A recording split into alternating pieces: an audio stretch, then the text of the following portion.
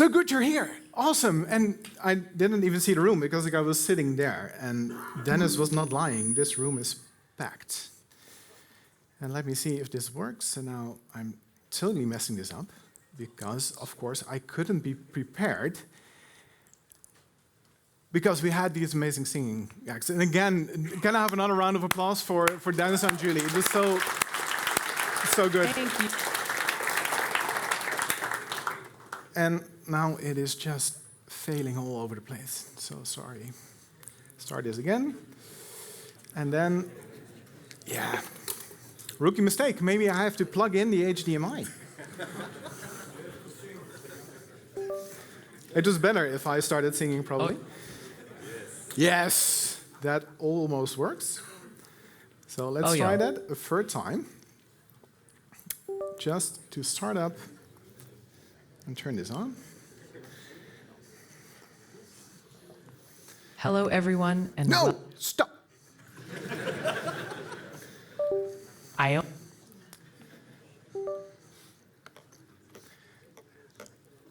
Believe me, I prepared this for hours this morning, but we had to turn everything off. So, again, I'm almost ready.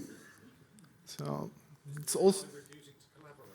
No, the AI was definitely not refusing to collaborate. It's my poor coding skills that I have to close it up every single time. Because this PowerPoint is run by Visual Studio and is powered by an AI. And is now, again, she's discussing things. I'm not already calling her she, and I'm already personifying this AI because we do that. So, now, totally ready to, hey, hello, good morning, good you're all here. I was totally prepared for this. And so awesome that here, because I think over this year, over 700 people are now joining Future Tech. I'm looking to Richelle, and she's nodding. 719, awesome. And of course, you did the best thing, you showed up this morning. So amazing job so far. So thank you for that. And another thank you goes to one of the main sponsors, and also my employer, Sopa Syria. So it's not an accident that I'm mentioning them. So thank you for making this event a possibility, and thank you, organization, for making this event a possibility. Everyone working to this event, there's so much work going on leading up to this event, so thank you so much. Can I also get a hand of applause for those people? Thank you so much. But super serious, the reason I get to stand here and get to talk to you for 20 minutes plus preparation time. And of course, as Sopasteria, we have all these amazing videos with flying cars in cities and flying colors and upbeat music with people telling you stuff that you already know. We have those videos, but that didn't really align with my keynote. And I did want to present Sopasteria to you because who knows Sopasteria here? Only the people from Sopasteria will raise their hand probably, because we used to be called Ordina. What was Ordina is now Sopasteria, and I heard, oh, that. Yeah, we used to be Ordina, same company, same values, different name, and apparently 50,000 extra colleagues worldwide, so we're a lot bigger.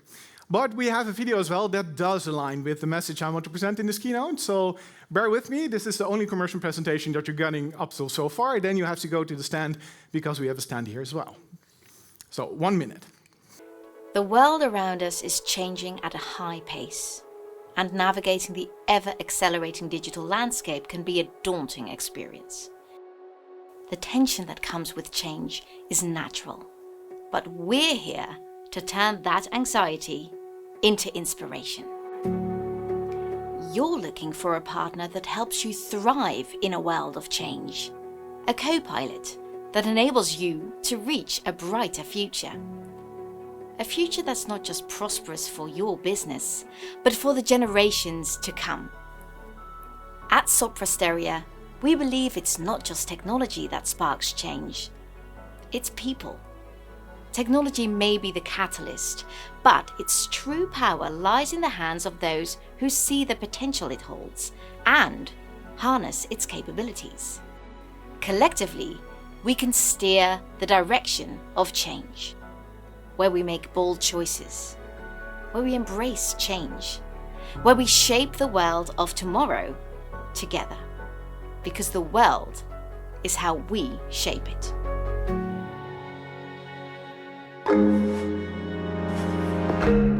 The role how we shape it is aligned with what I want to tell you in keynote, because we're going to talk about collaborating with AI and building a responsible future together. And it's almost as if it's now already progressing, and she's listening. She's already progressing to my next slide, and I have to talk faster because we are preparing for this keynote. I asked ChatGPT, and I asked him this. And of course, because this is my first keynote, so I really wanted to know what ChatGPT thought of it. But as you would expect from Gen AI, it's kind of bland. You usually get a lot of story arcs and useful story points, but nothing really exciting. And I want to do something different. So again, such as every keynote, I'm going to start with a story. And if you're wondering why I'm almost a bionic man holding all these devices and cards, that's because I have to intervene with AI if she goes rogue. If she's going fast, because I have 20 minutes. But I want to start with a story. A couple of years ago, there was a race against the clock, and a team of scientists was trying to create a vaccine. And instead of manually going all over these data points, they turned to intelligent AI systems to analyze all these chemical compounds to find the correct ones that could actually be used in the vaccine. And this sped up what usually took months, it now took weeks. So the clinical trials were a lot faster than they used to be. And they could therefore save countless lives much faster than it was previously possible. And this, of course, was the company Moderna, which created their mRNA vaccine during the early COVID days.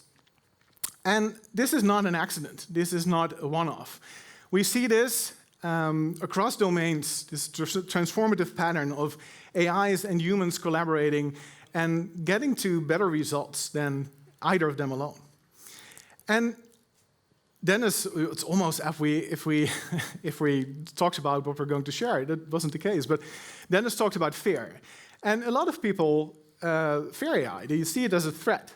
And it's neither a threat and nor is it a magic bullet. Not everything needs AI. We have to make sure we think about where we use AI. But it can be an incredible partner that amplifies our creativity, our innovation, our intelligence, our decisions. And today, during keynote, we're going to look at some examples, some compelling examples of AI and human teamwork, but we're also going to reflect on overtrusting these AI systems. My ultimate goal is to show you a vision of human and AI collaboration. And then, of course, you have to put your money where your mouth is. As Dennis said, you have to practice what you preach. So I present to you my AI presenter, who went really, really fast in the beginning, but now is doing a good job, Ione. And Ione is based on the GPT-4o real-time model, so she's listening, but she's listening not all the time. So I can mute her because she's really talkative. And I'm already calling her she, because she has a female voice and she has a female name. So she's not a person, she's an AI. And hopefully will behave during this keynote. Let's try this. Ione, can you please introduce yourself? Hello, everyone. I'm Ione, your AI assistant for today's keynote. I'm here to help guide you through our presentation on the future of technology. Let's explore together. Oh, that's so good. She behaved very well. But it was much shorter than we practiced. So, but we can try this again. Ione, could you tell something about the collaboration of humans and AI in healthcare? Or not? Ione, could you please share some information on the collaboration of humans and AI in healthcare? Of course, Roelant, happy to be of help. One of the most striking examples comes from the field of healthcare, specifically medical imaging. Radiologists are inundated with hundreds of X-rays, MRIs, and CT scans every day. AI-powered tools now help these specialists detect tumors, lesions, and other abnormalities with stunning accuracy.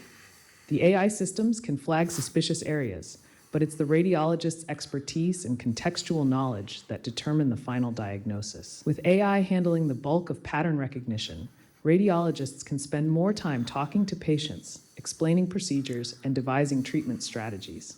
This symbiosis reduces errors, improves patient outcomes, and highlights that the machine serves as an assistant, not a replacement. Like a co-pilot. It's amazing. And I love that she was talking, that Ione was talking about symbiosis. And the healthcare example is really powerful because it's AI helping people live longer, right? And again, she's very fast, but this is because this was my next slide. Because in other domains like the creative world, we see a lot of artists and designers using AI, tools like DALL-E and Midjourney, generating these amazing imagery. They generate ads and designs and everything. It's amazing. And the first time I saw it, I thought it was really, really cool and played without it night after night.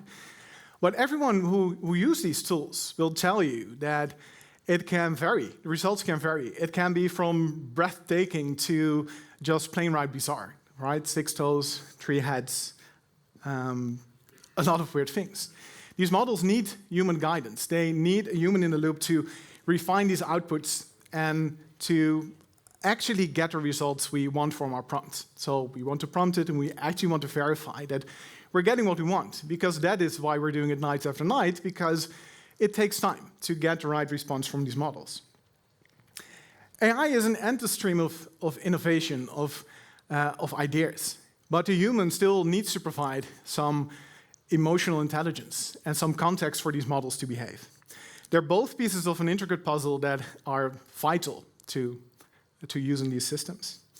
And of course, these systems also can create harmful images, right? But nothing that could really affect your personal safety. But in other fields like manufacturing, then we can actually improve our workplace safety and security by adding these AI systems. In manufacturing, collaborative robots, often called cobots, are appearing on production floors. The human workers leave the repetitive or dangerous tasks, lifting heavy objects or handling toxic materials to us. Human workers, meanwhile, supervise multiple machines, focus on quality control, and handle the intricate assembly steps. The result, greater efficiency, fewer accidents, and an upskilled workforce. People become process supervisors, robot tuners, and creative problem solvers, rather than doing monotonous or high-risk tasks. Cool, yeah, we'll get to the workforce in a bit, so a bit fast there again. But we have all these examples in healthcare, creative arts, now manufacturing, that all have in common that the AI and humans form these co-pilot teams, just to get to better results than either of them alone. But there's a certain effect on the workforce. We can't deny that. And then we come to Dennis' statement of fear again. The biggest fear is that AI is there to take our jobs, that it will eliminate jobs. But the reality is much more nuanced. It's much more that AI will automate tasks and not automate entire roles. If you look at roles like, for instance, a lawyer perhaps uses AI software, AI tooling, to analyze and scan the thousands and maybe millions of documents to look for relevant clauses for their cases. But that just saves him a lot of time in tedious document review. It does not mean that the role of the lawyer will disappear. It means its role will shift to higher level responsibilities like client counseling, like negotiation, like devising courtroom strategies. So nothing is disappearing, it's just evolving. We have AI for the heavy lifting, the data crunching, and we still have the human in the loop for judgment and building actual human relationships. AI are not good at that. And of course, skill sets will change as well. There will be a need for other skills of our workforce. Skills like data analysis, things like critical thinking, ethical reasoning. Ethical reasoning, although now we have reasoning models, ethics is not where AI is excelling. And there are much more skills that are now becoming more prevalent, and the need is growing in our workforce. So we definitely have to be prepared. And in addition, if we look at other roles, for instance, a customer service representative, they, for instance, use AI tooling to handle routine queries. But they still need to be able to intervene for the more complex situations, where nuance is applied. AIs are not good at nuance as well. So if we need empathy and deeper knowledge, we still need that human in the loop to add something to these AI systems. And you see these roles evolving from customer service representative to things like AI augmented communication specialists. It's a beautiful title, so I would want to be one. But roles are just evolving, but we still need a human in the loop. And of course, there always with new technology comes new roles, right? So there will be definitely new roles popping up, and I don't think we have seen the end of that one.